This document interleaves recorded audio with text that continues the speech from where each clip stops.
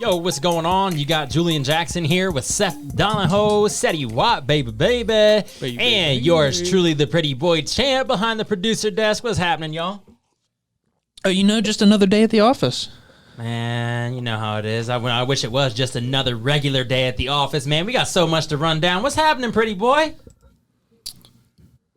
What's happening, everybody? How y'all doing? Man, I'm doing well. I'm glad to have you back after the layoff and everything, man. It's I think we ended up taking a little week off there last week, and we apologize, but we're bringing it back to you with a lot more flavor this time around. Had to go ahead and restock the shelves. Had to go ahead and, take a little trip to the grocery store. So now that we are back, I want to go ahead and jump into some things that might interest you, but more so is something I want to be able to talk about because it is a big deal, or is it a little deal? Draymond Green, ejection, and then results in a loss the other night. Yeah. What does this mean to you? Yeah, that was a wild ending to that Warriors-Hornets game. There was some controversy there about whether or not a timeout was called as Gordon Hayward was falling to the floor. Possible traveling violation, I'm not sure. As he was falling, Draymond Green was able to tie it up. What looked like what should have been a jump ball, but ended up being a Hornets timeout. And then Draymond Green, of course, being the character that he is, ended up getting himself ejected. In a way, I don't blame him because there was some, like I said, some controversy to that, to where as he's falling to the ground, getting tied up with Draymond Green, and the Hornets still get the timeout. And then after the timeout, Terry Rozier hits the game winner. I'll say that is something that the coach should be more upset about than the player. Of course, I think Draymond Green has every right to be upset because he thought that he got in there to prevent the timeout being called. But for him to kind of exceed past a level to where he got the technicals and ended up being ejected was, I think, a little bit too much. But at the same time, I can see why he was upset. He thinks it's a little bit too much. Pretty boy, what you got? Well, I got to tell you, man, this is this typical what you always see when a guy makes a name for himself like this, man. If it's somebody else, it's a jump ball. You know what I mean? They don't get the timeout, but it's Draymond Green. So you're going to award the other team the timeout. And it's just typical because this is his reputation, and you could just see the wheels turning. It was boiling over in the fourth anyways, a couple of ticky-tack calls. He was arguing the whole time. And then that just really just set it off. But, typical Draymond, this is what he does. Yeah. And you could make several arguments, possibly, the referee's a little bit more sensitive. What is the problem here? But this should not come as a surprise to anyone, given his track record. And then also seeing is that he's been in a situation on so many different occasions, such as Game 5 of the 2016 NBA Finals, stuff like that, kicking LeBron in his groin, which then resulted in a 3-1. It was 3-1 deficit, and then the Cavs come back and win it. So yeah, they did, baby. I don't want anyone to think otherwise, and everyone's entitled to their own opinion, but this dude is a freaking yahoo, and I've been saying it for a long time, and he could not come to the league and shut his mouth, and there's also been arguments made that, those smaller than, but being a leader of the team, I listened to his interview, I've watched his interview several times to be able to see you can't pull out what should be heartfelt. And you can only apologize for your actions so many times before you got to go ahead and take a trip and pack your bags. Because that, for me, it's absolutely inexplicable, and there's no reason why that should ever be the case. I don't care if your team is 2-16 or 0 whatever, or if you guys have won 70 games in a season. Draymond Green, you need to cut it out. He's been doing this stuff for years. I had respect for him when he played at Michigan State. Now he's coming in, and he's doing this stuff for a team that, is competing. And it's just, it's toxic. And you cannot have that on your squad, yet he's a guy who you need to keep around. Well, and part of that is if Draymond Green was anywhere else except the Warriors, I don't think that any of the front office, the coaches, it wouldn't fly with anybody. But Steve Kerr and the Warriors organization know what kind of player they have in Draymond Green. He is a very competitive player.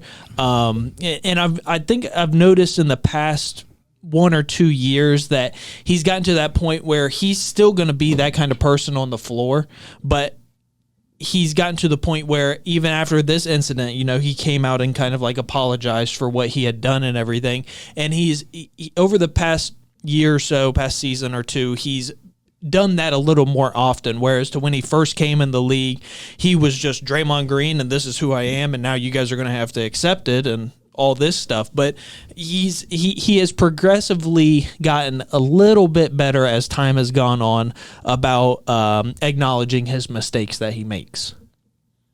Well, and I don't really see any reason for that. He knows that he has the support of his teammates, but he also mentioned that in his post-game interview, discussing that, these are guys who support me in what I do, and they don't necessarily condemn me for what I do. However, we realize that it's a problem that needs to be taken care of. But I don't believe that he ever ended up actually saying, I need to take care of this on my own. He's not using I statements. The only thing he's doing is recognizing it's a problem, and it's a problem that needs to stop. Okay? It stops being entertainment when your team now cannot move forward and get better because you are hindering them from doing that. So I don't know. Hopefully Steve Kerr will come up with something. But I don't want to spend too much time on Draymond Green, but I knew that it would be a great way to be able to start off this crock pot. So let's stir it up a little bit, and let's get into some other controversy. Let's talk about the coaching controversy with the Minnesota Timberwolves. Minnesota Timberwolves end up firing Ryan Saunders and hiring Chris Finch. It was an assistant for the Raptors sitting on the bench. This is an issue. This is a big deal. And the big problem is there are other guys who are sitting at home and on their couches right now who may be better fit for the job. Now, Seth, what do you have to say when it comes to this? Was this guy groomed to, or were they already expecting to be able to fire Saunders and be able to hire Finch? What do you have to say? Well, I think his track record going back to last year hasn't been very good. Obviously, they've started, I believe it's 7-24 this season. Minnesota started 7-24, and I didn't know that there was a team that was worse than the Cavs in the NBA, but hey, here we are. I mean, he obviously hasn't been producing to get the Timberwolves the wins that they need, and the Timberwolves have decided to move on to Chris Finch. He's a guy, he's got 24 years of coaching experience in the pros, that's overseas and in the U.S.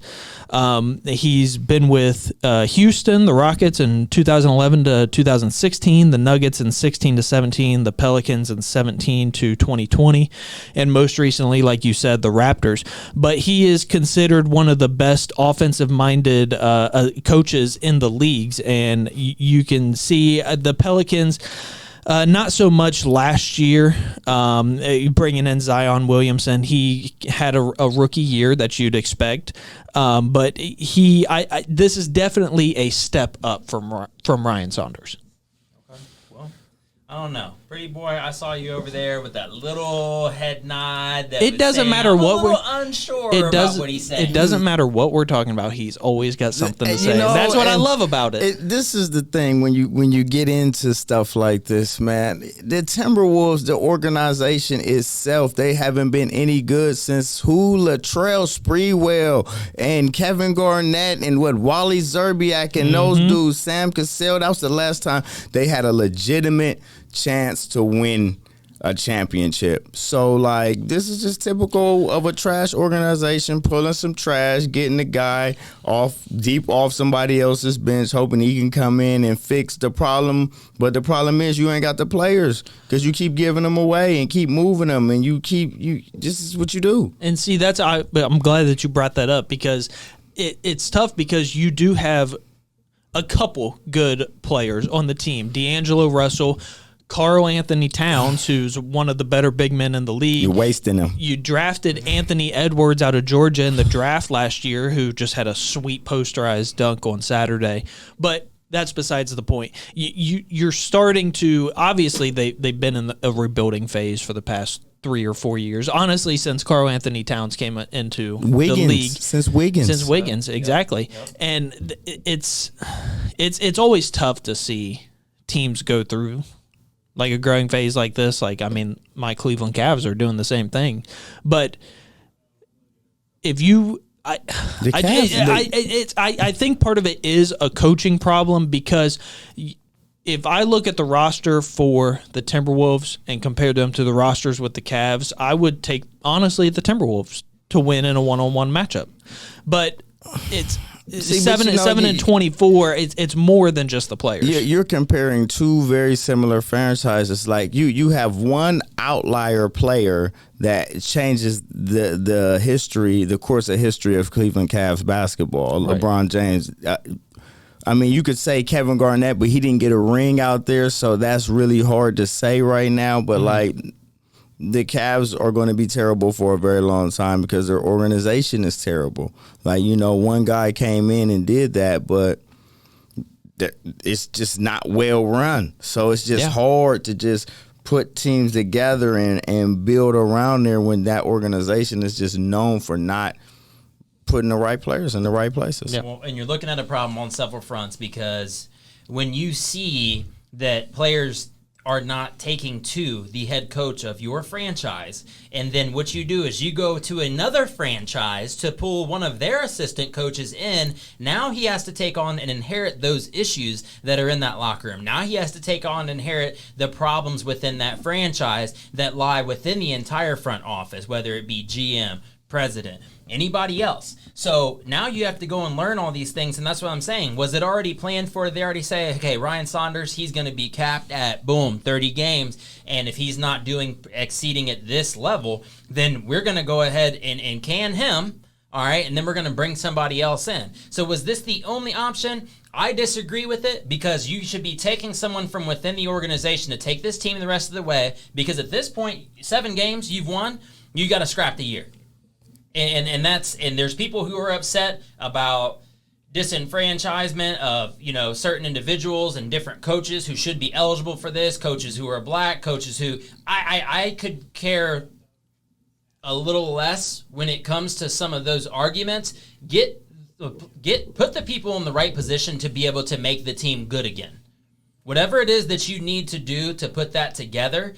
There are plenty of eligibles, and that's a whole argument for a different time, but it's something I wanted to touch on because you don't just take someone else and just throw them into it and expect greatness. Will Ryan Finch be there again? Chris Finch, I'm sorry. Ryan Saunders was fired, but was Chris Finch, is he going to end up being there for 3 to 5 years now? Are you going to allow for him to do the rebuild? I don't know. Only time will tell. But that right there, that's simply inexcusable once again from another sports franchise who's struggling just like the Cavaliers have in the past and like many others. So it's from the top down when you see these issues happen, and I'm looking at the leaders up top in the front office who have nothing to do with the basketball court. And you've got to take the guys who have deeper, more meaningful relationships with them to be able to make a turnaround. Yep. Before we end up going to break here in a little bit, I also wanted to be able to touch on the Ohio State basketball team. Now, Pretty Boy didn't even realize that they had a basketball team, and that's okay because he loves talking all that smack. But I want to go ahead and note that, yes, did they lose to Michigan 92-87 on Sunday? Yes, they did. It was a hard-fought game. It was very exciting to be able to see some of that. You'll hear a lot about that on our next show coming up in about an hour on Ball Don't Lie. But for right now, what you're looking at with the Ohio State Buckeyes, they fell to Michigan. Michigan had 2+ weeks of a layoff due to a COVID-19 outbreak in their entire athletics department. Everyone in winter sports programs, who they have active right now, was laid off for 2 weeks. There was no activities. I don't know how much practicing they were doing. I didn't look that far into it. But they had this big break, come on back, and then they get to play against the Buckeyes right here in Columbus.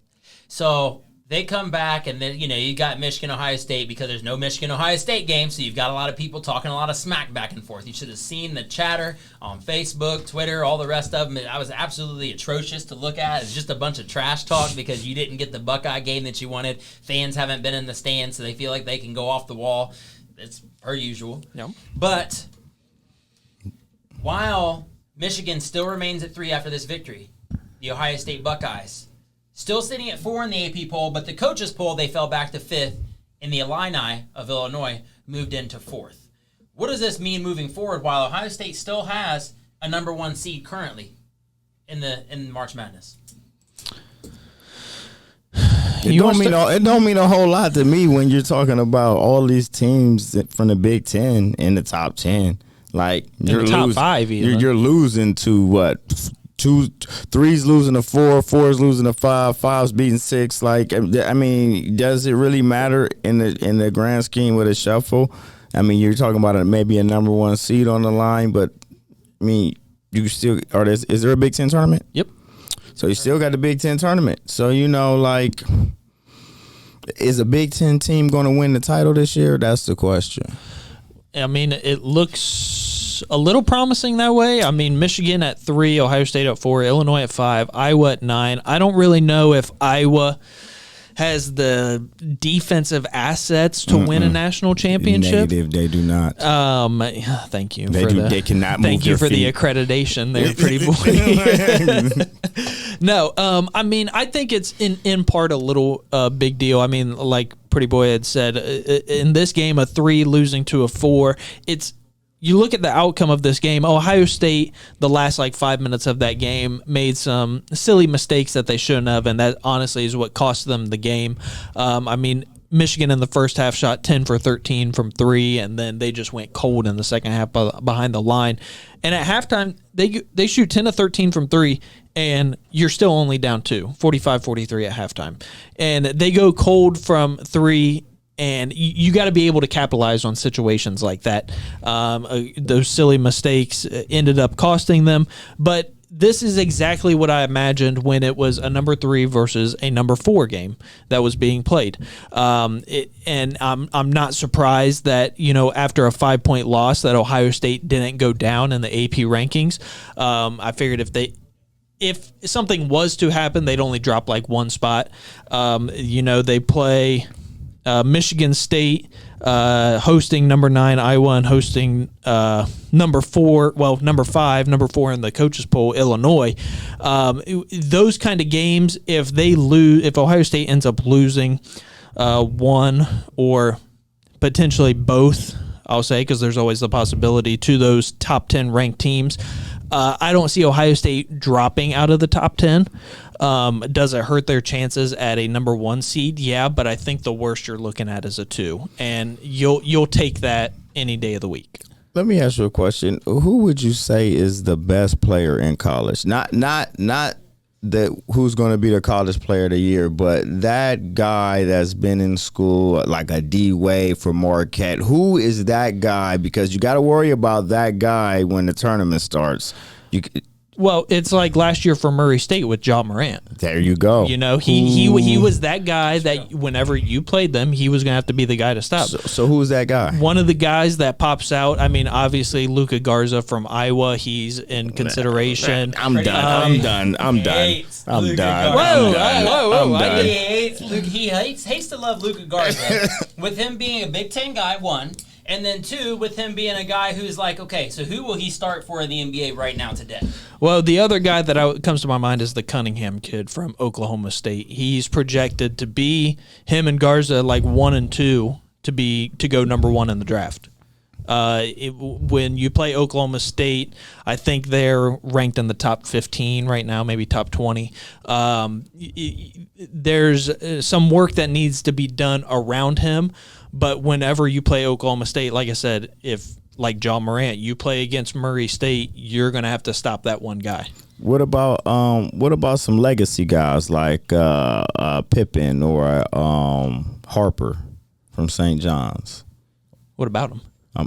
Are they any good? I mean, those guys are legacy players. They're both juniors, I believe. Are their teams any good? Are they going to be in the tournament? Are they boogeyman guys that can drop 30 on you? Well, not necessarily 30. When you look at a team like St. John, they are more team driven. When their team plays well, when all 5 individuals on that court play well, the team ends up doing well. And, of course, when you get into the tournament play, some of these teams just completely change around. That's why you see these 13 seeds upsetting and going to the Sweet 16 and the Elite 8.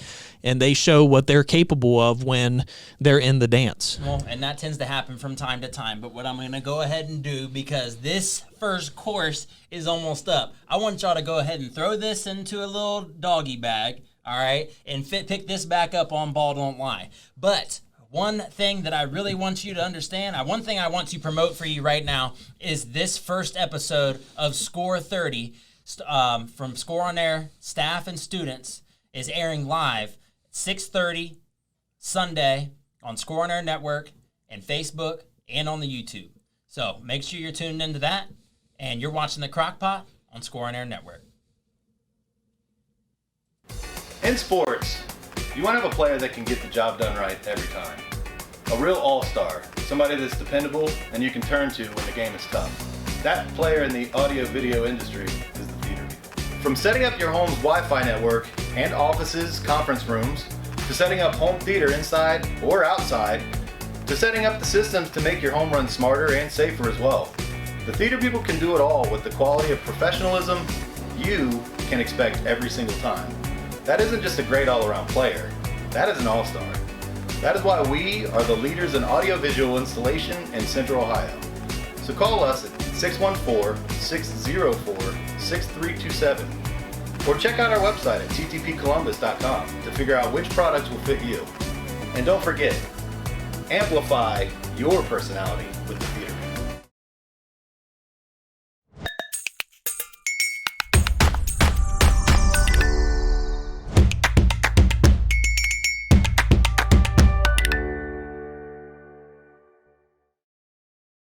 Design ideas for t-shirts but you're not sure where to go?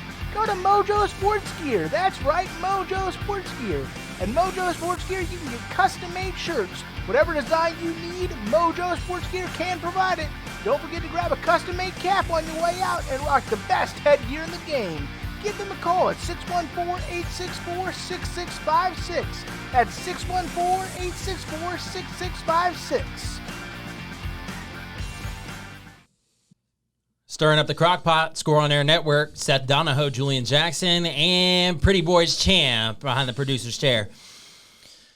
So, we discussed a little bit about Draymond Green's drama, talked a little bit about the controversial coaching hire with the Minnesota Timberwolves, chatted a little bit about basketball, and then somehow Luka Garza made his way back into the conversation, which we will be addressing that a little bit more on Ball Don't Lie on our next episode after this stream is over. Don't worry, pretty boy. You won't have to hear it. But it's not over for now, so we're going to turn this crockpot up to high, and let's get into talking about what it really is a concern for me is Carson Wentz going to the Indianapolis Colts. Is this the right move for the Colts? Is it? I mean, it works out well, honestly. You had Carson Wentz and Doug Peterson not seeing eye to eye, obviously, not talking for weeks on end in the regular season last year out there in Philadelphia. And when your quarterback and you're obviously like on the field, they're going to be talking. But outside of that, outside of like meetings and stuff, I guess that there was no communication between the two whatsoever. And that's a lot of drama to have. So I think that Carson Wentz is going to feel a little rejuvenated, feel a little bit better going into this Colts team who they made a playoff appearance last year. They have a good defense, one of the top 5 defenses in the league, to be able to help him out. And they got some young weapons on the offensive side of the ball. So I think, is it the perfect fit? No, but I think it works out well for both teams. One quarterback looking for a job and one team looking for a quarterback. It's really the best that they could do at this point for what they got him for. I believe it's a 3rd rounder and then a conditional 2nd rounder that could end up turning into a 1st for them if he plays 75% or more snaps. Correct. Which, if you look at body type, style, pocket passer type guy, Phillip Rivers transitioning out, they're not going to have too much of they're not going to have too many road bumps heading in to the season. And it should be a very smooth transition, especially with him getting there now, building these relationships with these players on this team. And they have a lot of room to work with since they made it to the first round of the playoffs, which then I do believe, and correct me if I'm wrong, ended up taking the L to the Bills. So I know a Pretty Boy loves the Bills. That's his squad. But Pretty Boy, let me get your take on this.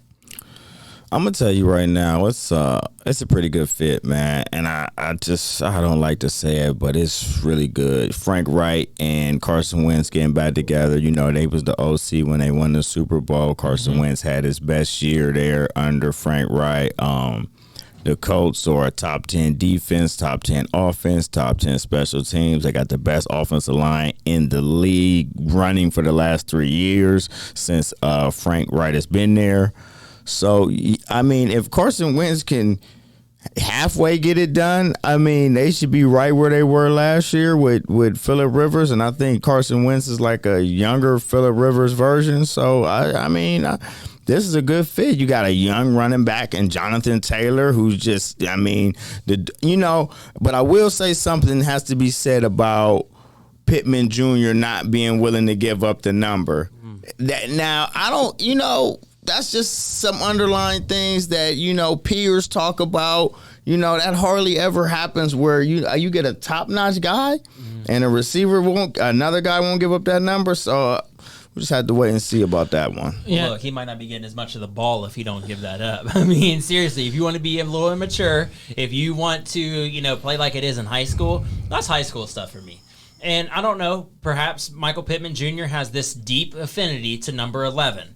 But you're talking about a former MVP candidate and a Super Bowl champion. I know he didn't really play that much or whatever, but he got them to the point so then Nick Foles could go ahead and he could pass the torch to Nick Foles when he was all injury-ridden and everything. So you better give that man the number, and I don't care if you don't. Let Carson Wentz start fresh, start new with this new squad, and is it the perfect fit? No, not necessarily, but it's a damn good one.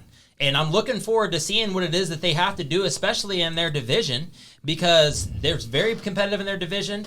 Did they send 3 teams from that division to the playoffs? Just the 2? Mm-hmm. So, still, you're looking at there's so many different factors going into it. He's there early and on time.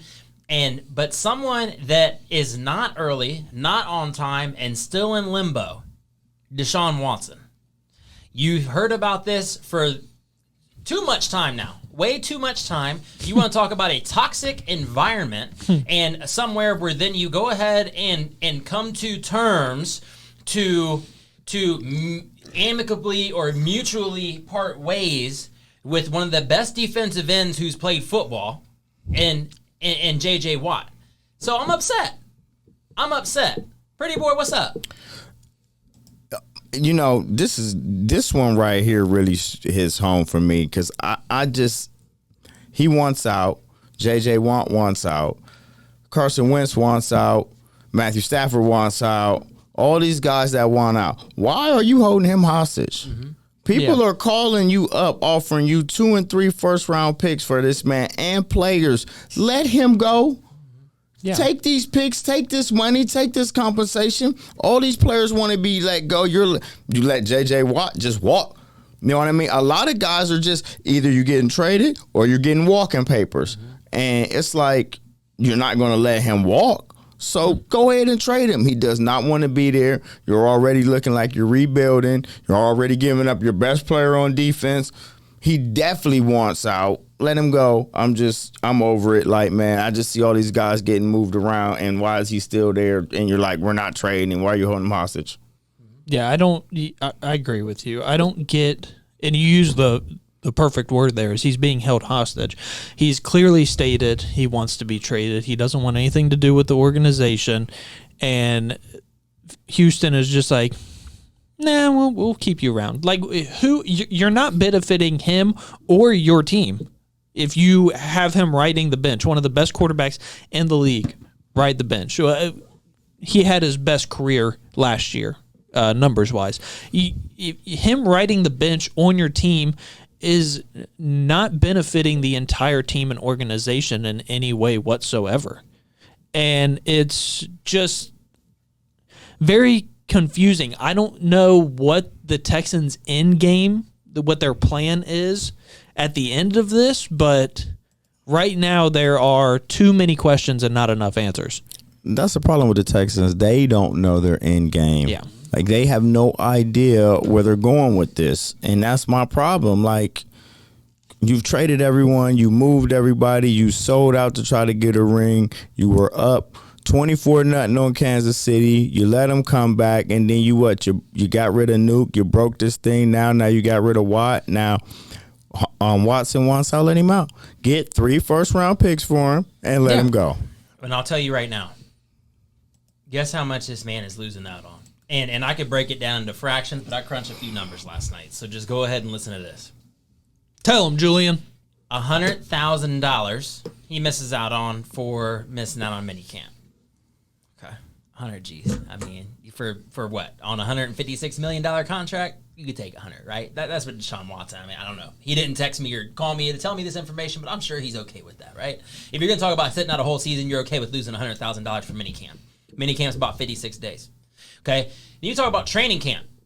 Oh, I'm sorry. Training camp, I believe, is 56 days. So this is where you end up coming up with $50,000 a day you miss out on for each day of training camp you miss. That's a lot of money. 56 days of training camp. $620,000 for each preseason game. And since they were adding some games and then added a team to the playoffs, I believe they were talking about just 2. I don't know if that is what is still discussed at this time. But even if it is just those 2, if he misses out on all of minicamp, each day of training camp, and I don't know why you wouldn't. If you say you're sitting out, you're sitting out. And then $620,000 per preseason game, that's a grand total of $3.75 million. And then we didn't even get into, and they haven't even, I could not find the numbers yet on what it would cost him to sit out each game if he decided to sit out the entire year. But just to sit out until the year starts, he's making $39 million a year on this $156 million 4-year contract.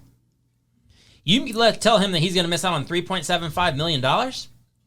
Okay, shrugs. I mean, Kanye shrugged for that.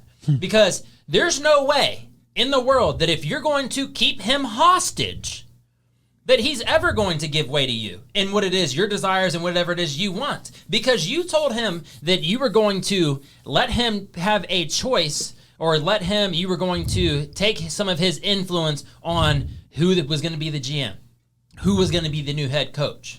And then after the CEO and president from a few years back went and said, you can't let the inmates run the prison, then he passes away in 2018, hands it off to his son, and it's still a wreck.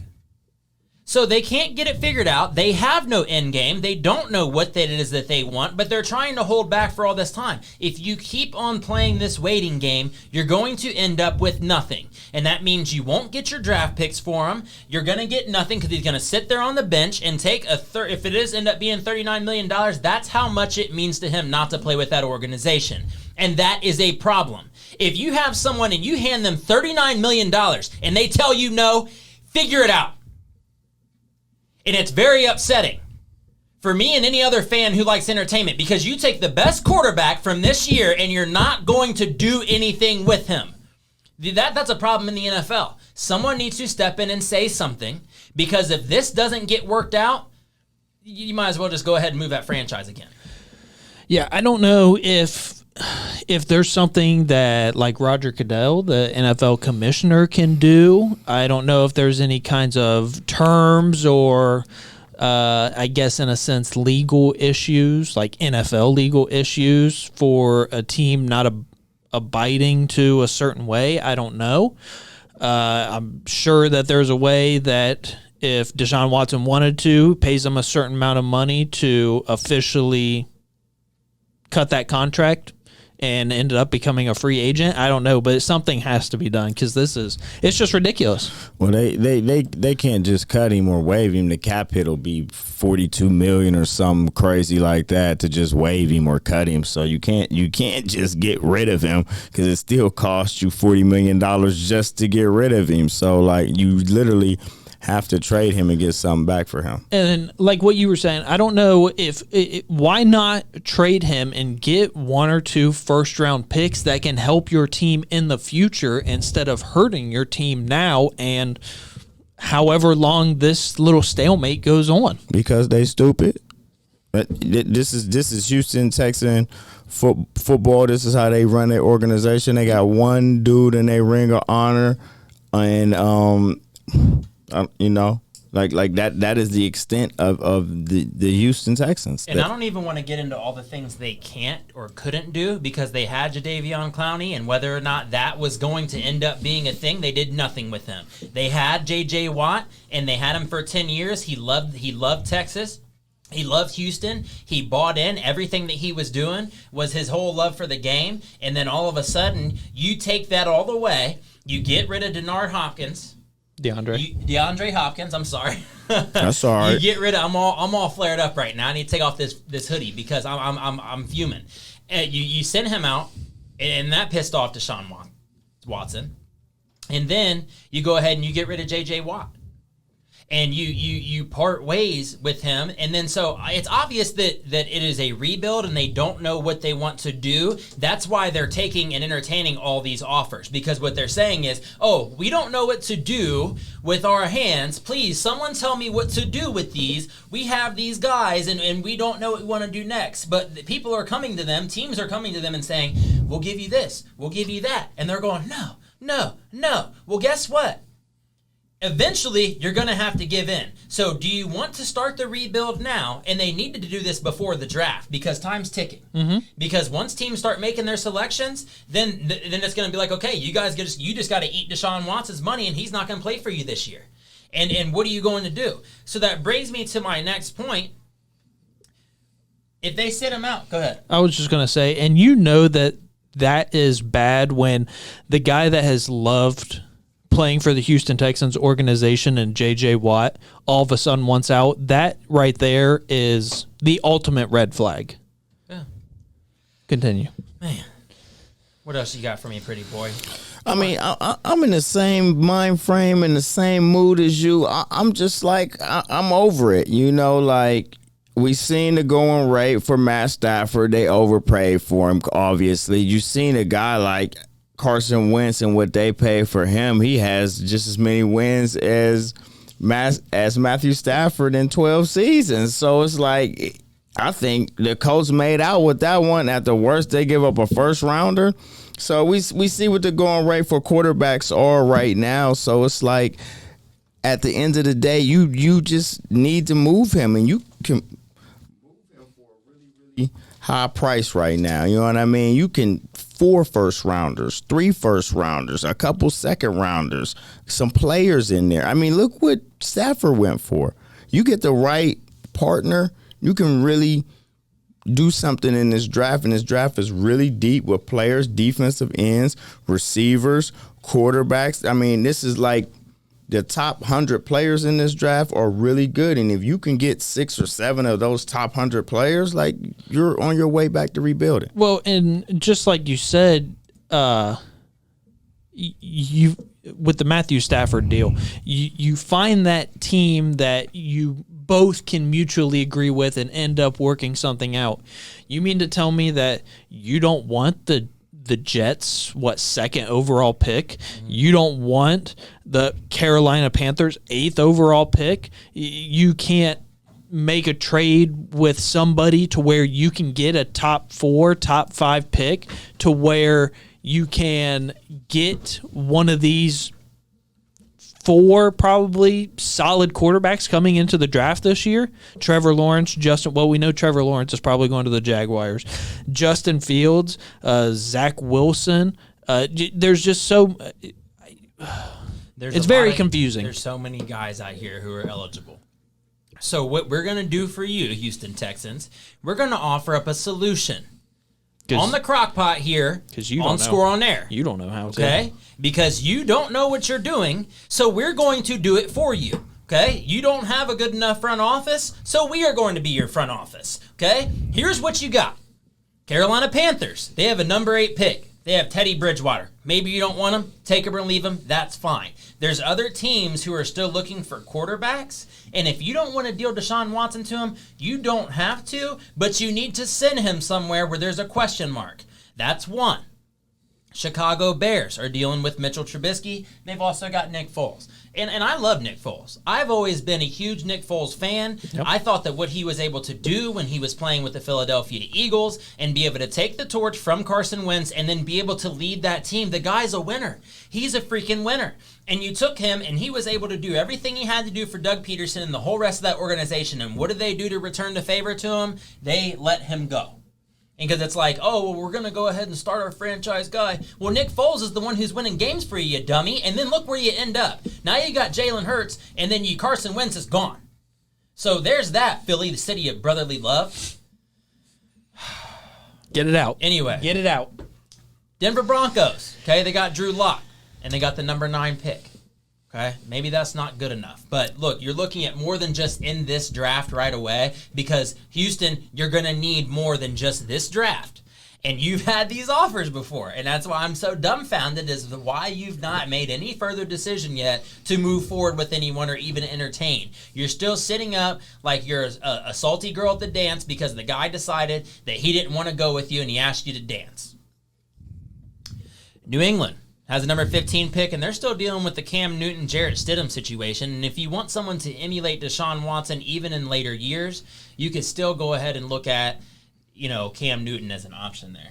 And New England is probably if Bill Belichick wanted a way to get Deshaun Watson, I'm sure that he could find out a way to get him, because I feel like that might be honestly the best location that Deshaun Watson could go. Oh, that's horrible. That is absolutely horrible. They have no running backs. They have no tight ends. They got like 6 running backs. Yeah, you got 6. You got none. Listen, that offense is horrible. Those special players, or those players around him, are horrible. But also look at New England last year, how many people they had opt out. Defensively, they had 9 players on defense, none on offense. That offense is horrible. Okay. Still hurts the team not to be able to have a good quarterback. And I don't believe necessarily that Josh McDaniels is the best fit for Deshaun Watson. Deshaun Watson needs to be somewhere where they've already had a quarterback. So I like him going and playing with Carolina Panthers. There's plenty of teams on here that wouldn't necessarily make the cut, but if they give up years of draft picks, then they can really build something with them. Who is it? Is it Sean Rule? Coach Rule. Let's just go with Coach Rule down in Carolina. Matt Rule. Or Matt Rule in Carolina. So if you have him, and then you're switching off because they had Cam Newton, and then he got switched around and all the rest of that. They brought up Teddy Bridgewater. Didn't really seem to work out. And then someone had talks about giving up McCaffrey to Houston to be able to do that, and then that just would decimate your entire offense. That defeats the entire purpose. I would never give up McCaffrey for anybody. No, and then that's absolutely ridiculous. And then these are sources from other places, that 4-letter network. I mean, different kind of stuff like that.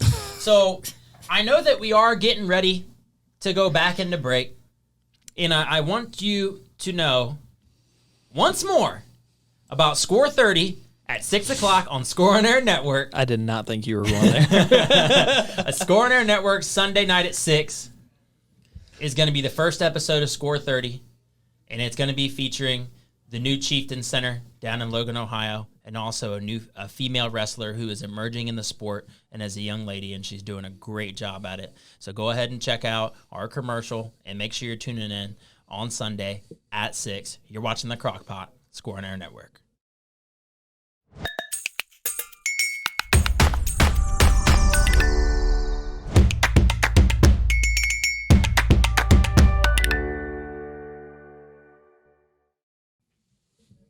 Had to add a little bit of water to the crock pot. Had to turn it down to low. Oh, we were getting a little hot, getting a little steamy. It was boiling. Getting a little steamy willy beamy in here, in the crock pot. It gets too hot, and then all the water starts evaporating, and then your stuff can get a little bit dry. Well, we want to go ahead and make sure that we're keeping the flavor in there. We don't want to dry this all out. But we are still in discussion at this moment about what the Houston Texans should be doing. And they're in confliction with everything that you know to be true about NFL and in the franchise. You have 32 NFL teams. You have so many different options. And we were just going over what New England should be doing and how, who would end up being the best fit there. We also talked about Matt Rule. with the Carolina Panthers, and where could Deshaun Watson end up being a good fit? And one of those places I truly believe is with the Carolina Panthers. That would be a good fit for him, given the coaches that they have and what they have to work with, like Christian McCaffrey. That right there really sticks out to me as a great landing spot, despite them only having a number 8 pick in this year's draft. But if we're going simply off picks, then you'd want to go with the New York Jets. But what do the New York Jets have to offer Deshaun Watson once he gets there? You just came off of an atrocious season.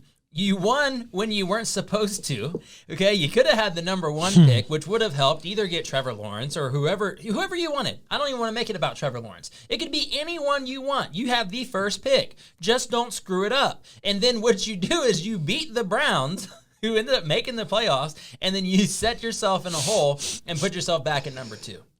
What do the Jets have to offer the Houston Texans? Well, for one, the Houston Texans need to realize that they're not going to get a quarterback of a Deshaun Watson caliber, no matter who they trade with or anything.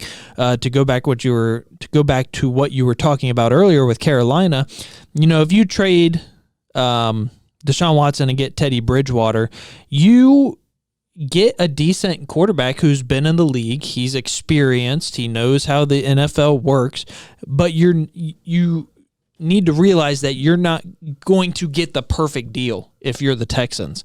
You're going to have to suffice this year, and maybe next year, a couple years from now, then start picking up on how you can improve each and every year. It's just that I don't know. I think Houston that's what they're trying to do, is try and get the perfect deal. They're trying to trade Deshaun Watson for Tom Brady. It's just not going to happen. So it just goes back to what we were talking about earlier. We don't know what the end game is for them. There are so many different options. I don't want to continue to harp on this so much. We do have some other stuff to get to, but I'm also going to touch on, there's stuff going on in New Orleans. And Drew Brees, still without a decision. I don't know if he's going to end up doing the whole LeBron show. Hey, I'm going to take my talents to coaching a youth football team. I don't know what he's going to do. And everything and the cinematography and everything that they made it seem when Tom Brady and him matched up in the last few weeks of the season made it seem as if Drew Brees was going to be making his exit. And nothing has been confirmed, but you also have Jameis Winston in waiting and Taysom Hill. Taysom Hill, great on his feet. He's thrown some balls that seem to have been, able to get them to score and to win the game. But the New Orleans Saints still kind of pulling up short. So not necessarily the best fit for Deshaun Watson. And I don't know, Sean Payton, he doesn't seem like that type of guy who's going to end up getting somebody like Deshaun Watson. I don't want to see his talent wasted anywhere. I got to intervene on this one. Listen, man. Sean Payton and Deshaun Watson, that's 40 points a game. That's what I'm thinking. You put him down there in New Orleans with Alvin Kamara and Mike Thomas. Come on, man. Jared Cook. Are you serious right now? like that would be like, you go down there, you better strap it up and be ready to score in that Superdome with Deshaun Watson running that team. I mean, they look great with Jameis Winston. I can't even imagine if you put 4 back there. You're going to have to get rid of a whole lot more. You're going to have to get rid of half that offense to be able to have Deshaun Watson, unless you're giving off future draft picks. Of course you are. And I don't know if that's a leap they're going to take. Now I may have misspoke by saying that his talents would be wasted there, but I struggled to see the vision of how he would fit in there with everything they have going on right now. Well, yeah. You'd have to get rid of all those bums. There's a lot of bums that the Texans aren't willing to have. So that's something I really just don't see, and I'm more concerned about if it's going to be Jameis Winston or if it's going to be Taysom Hill. And either one of those is compared to Drew Brees. Drew Brees was playing with just a half rack of ribs. My man was hurt. You could throw them in the crock pot, and I was I was snacking on them. Man, he was out there crying though, man. I Yeah. thought it was over, man. He was out there That's it. teary eyed. Now you flexing, acting like you gonna come back, man. Just stop. Hang it up. Yeah, It's don't- over. Don't pull a Brett Favre.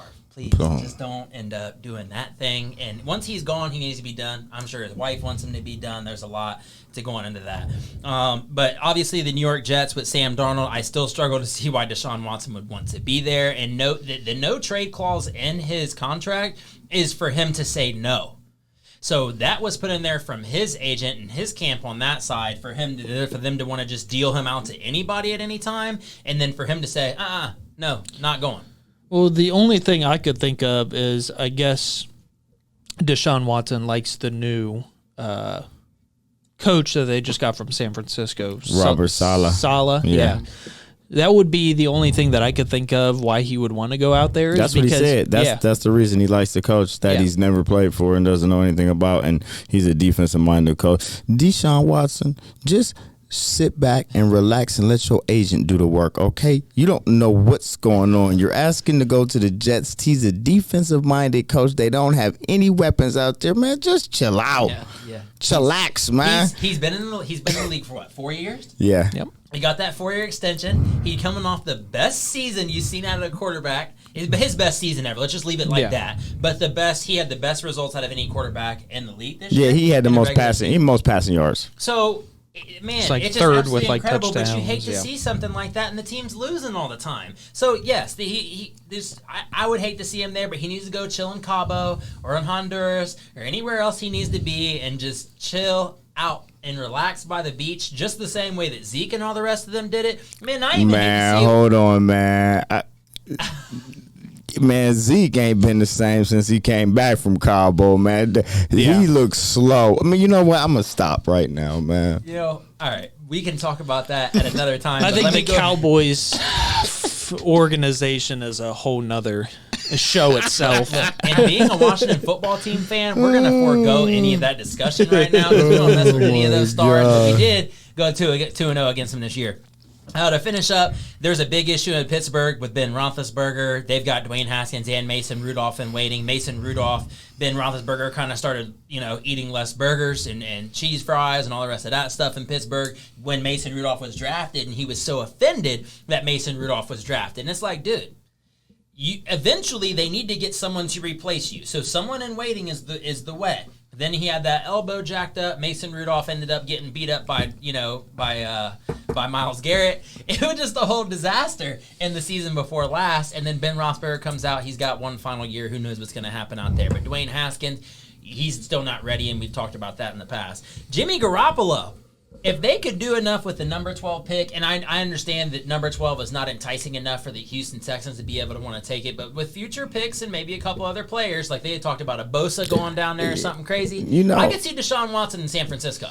I don't know why they wouldn't want to take the 12th pick. That's where Deshaun Watson was drafted, number 12. So it's hard for me to figure out why you wouldn't want that 12th pick. But I hate to segue, but Prolific Sports, Jimmy Garoppolo was going to the Patriots. You think he's going back? They're making calls for him right now. I got somebody right now waiting for the text message. They're going to text me. So as a matter of fact, he's going to the Patriots, though. So Pretty Boy is Score on Air Network's modern day Adam Schefter, and apparently we have some news coming through, yet to be heard, yet to be seen, yet to be known. But if you go ahead and tune into his show on Friday, you'll find out more about that. So I'll go ahead and put the Garoppolo stuff to rest until we get that breaking from Pretty Boy's champ. No. And then the Washington football team, Taylor Heineke ended up getting a little extension here recently. Alex Smith, they're not going to be in contention for Deshaun Watson. As much as I want to dream it, rub the little genie bottle, or I don't even know what you call that thing. Little genie, little wishing well, whatever it is, man. I don't know. Wishing well? It's the little genie thing, man. You rub the little genie vase or whatever. The genie lamp. It's called a lamp. It's a lamp. It don't even look like a lamp. It's a genie lamp. It looks like a teapot. Yeah. Anyway, look, I want to say prayers for Deshaun Watson. It's not going to happen. It's plain and simple. So, look, there is a pressing issue in the sports world that I have to discuss. And I would expect for this to be typically I don't want to say too busy because I never want to say I don't have time. But these are typically the type of things that are talked about on the Prolific Sports podcast, from what I understand. And right now, even more so, and I think that I blew up so much on the Texans that I don't even have enough emotion remaining to be able to talk about how disgusting it is that Kevin Mather, the Seattle Mariners CEO and president, was able to come up and even show his face in public at this point in time after the comments that he made surrounding the players and their lack of being able to speak English. And there were so many different things, and I just started jotting down notes and watching interview after interview and seeing what he was saying and digging himself in deeper and deeper of a hole. He has no place in any sports organization ever. If you don't like that you have 30% of the guys playing in the MLB that come from places other than America, and that sport is basically on the backs of these guys who come here from other countries to live better lives, you have no place in this world, let alone in a sports organization. And I am. I'm. The more I talk about it, the more I get upset. I don't know if you guys heard about it, okay? But it's a big deal. And you have no place in this world. Definitely not in sports. And that it's just inexcusable that someone like that can actually resign, that we allow for people to save face in a way by putting a label on it like resignation. You are fired.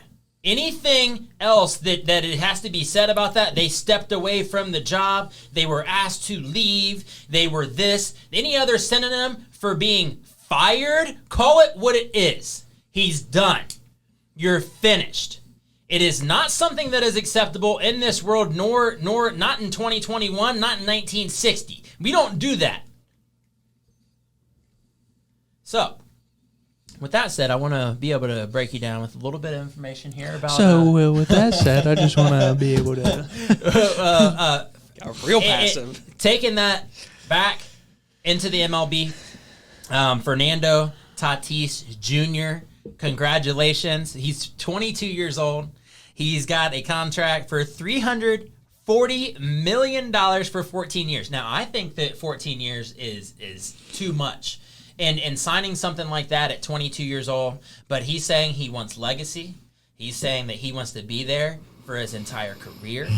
They're throwing him into place, but you don't know what's to come. They could end up trading you at any point. He got robbed. He got robbed, man. You think he got robbed? He got robbed, blind. Who's his agent? Smack him, slap him upside his head. Patrick Mahomes just signed a 10-year deal in the NFL for $500 million. You signed a baseball deal for $14 and $340. You got robbed. There's got to be something in there. I haven't seen all the details, and his agent has not yet contacted me. Have you heard from him? His agent has not yet contacted us with any word over when he might have bonuses. There could be things, player incentives along the way. But still, if I'm at 22 years old and you put $340 million on contract in front of me, yeah.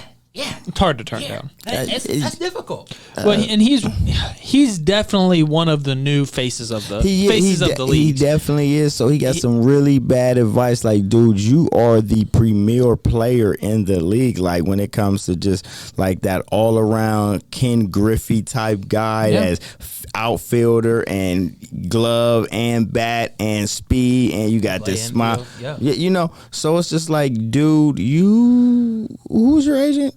Fire him. Oh no, man! We need to get him with the Rock. You know what I'm saying? Yeah, Fine with the Rock is what he needed. But the thing is, I love the humility in the kid. His nickname's El Nino, and he's really a boy living out his dream. And that right there needs no applause. I mean, the kid doesn't even need a pat on the back. He's home and he's working on the farm in his free time in the Dominican Republic. Yeah. What more can you ask from a kid who's 22 years old?